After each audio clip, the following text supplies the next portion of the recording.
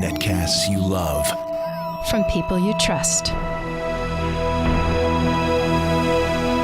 This is Twit. Bandwidth for i5 for the iPhone is provided by CacheFly at CacheFly.com.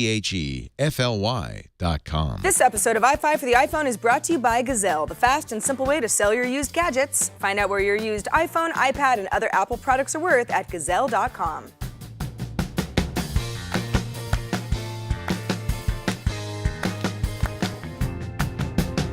Hello, everyone, and welcome to i5 for the iPhone, episode 79. This is the show where we talk about what's new in the App Store, what's cool, we find tips, we crowdsource news and tricks, and then we put them all into a little ball, and we go bowling, and we get a strike, because that's just the way we roll. I'm Sarah Lane, your guide to all things iOS. I'm happy to see you. Shall we begin?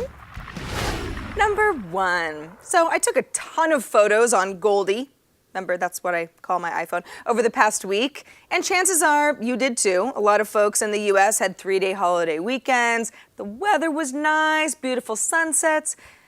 Well, the weather might have not been nice where you were. I hear it's bad, but let's make the most of this little photo magician we carry in our pockets, shall we? Michael wrote in with a little tip for anybody who prefers to edit in the native Photos app, but finds it limiting. He writes, when you're viewing a photo from your camera roll, you can do the following to rotate your photos. Select Edit, tap the crop icon, zoom into the photo by either pinching and zooming or shrinking the crop grid. Then with 2 fingers, rotate the image, tap crop, and you're done. Voila, you cropped and rotated your photo. Then he says, my apologies if you've covered this before, anyways, love the show. Well, thank you for loving the show, and no, we've definitely not covered it before because I didn't know I could do that. In fact, the native Photos app is never really the place I go to edit because it's limiting, or it seems limiting. I thought rotating was only a 90-degree thing. However, it just became less limiting, so thank you, Michael. Number 2, speaking of photography, because now we're on a roll, it's time to check in with one of my favorite photo apps, VSCO-Cam, or VSCO-Cam. The VSCO stands for Visual Supply Company, which we talked about last July on i5, if you've been with me long enough. But I don't actually use it as often as I'd like for kind of the exact opposite reason of the native photo editor. I actually find VSCO-Cam a little intimidating. There's a lot of features. The good news is that the app's really a lot of fun. You just have to get a hang of the navigation. It's not hard. And it got a huge update last week that honestly almost puts it in more of the social network category than a photography app at all. You've got 2 parts here. You've got the photo editor itself, which is a combo of preset filter packs and then manual fine-tuning. There's a big variety of filter packs in the store, too, if you want to get some extras. Tons of potential versions of any image that you either shoot yourself inside the app or you bring in from your camera roll. You can even reorder your editing tools however you like. The other big part of VSCO-Cam that's new is the integration with VSCO Grid. That is sort of the photo publishing platform arm of the company, and it makes perfect sense because the two go hand in hand, and the VSCO team puts a lot of work into curating images from these public collections. Better yet, you can follow others right inside the app too. Here's what's cool though. Even though I'm calling it a social network, if I post a photo, I can't receive any comments, I can't see how many people are following me, because what I post is supposed to stand out on its own and not be influenced by what the team calls social clout. It's not anonymous, it's just simplified. So it's not an Instagram clone at all, or really any other clone, and that's actually pretty refreshing. The app is free, but most of the preset filters are in-app purchases. Not all of them though. Number 3, we got an email from our friend Dave, who has a good little tip for those of us who have Safari tab addictions and do not care to cure them. He writes, in Safari, you can reorganize your tabs. In the tab switcher view, hold down a tab and move it to your heart's content. Not sure how useful this is, but I thought I'd pass it along nonetheless. Well, I'm not sure how helpful tab reordering is to the average person either, but I do it all the time. Helps me stay organized. Sometimes I have certain articles I want to come back to and I just don't want to send them anywhere, or even tasks that I want to take care of in a certain order. In fact, I would love to know more about your browsing tab habits, because I have a feeling probably a few of you are pretty creative, even if you use Chrome or some other non-Safari browser on your iPhone. Let me know at i5@twit.tv. Do it. Here's another Safari Duh tip from Edwin, just so we make this kind of a meaty little segment. Edwin writes, instead of trying to tap the small X to close a tab, you can simply drag it to the left off the screen and voila, it's closed. What is the deal with the word voila in all of my email correspondence? I don't know, but it's fine. French is good. See, Safari is a wealth of tips, kids. A wealth. This episode of i5 for the iPhone is brought to you by Gazelle, the fast and simple way to sell your used gadgets. Maybe you're thinking about getting a new iPad, or you just got a new iPhone. Gazelle wants to buy that used iPhone, iPad, or other smartphone or gadget from you. You can lock in your price today and then send your gadget to Gazelle when you get your new one, because Gazelle's offer is good for 30 days. You never have to be without your favorite phone.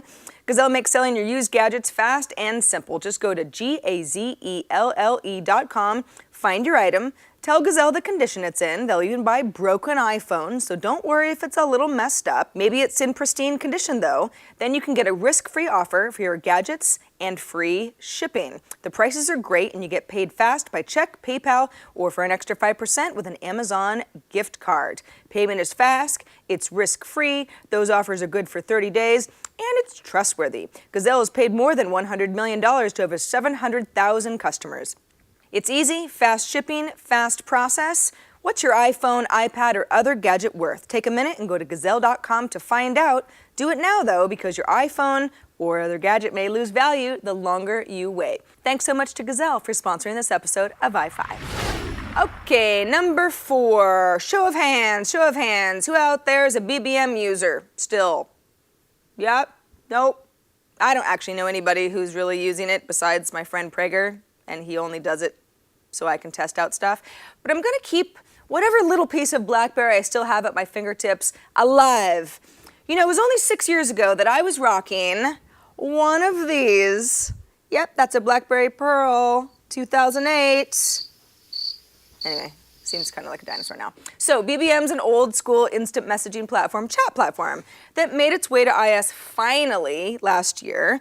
And it did just get a big overhaul, and I know a lot of people still use BBM, so let's see what's new. You've got BBM Voice. That gives you free voice calls between contacts in addition to your regular real-time chat. The price is right there, free voice calls. If you're text chatting, BBM now lets you connect to your Dropbox account for super fast sharing.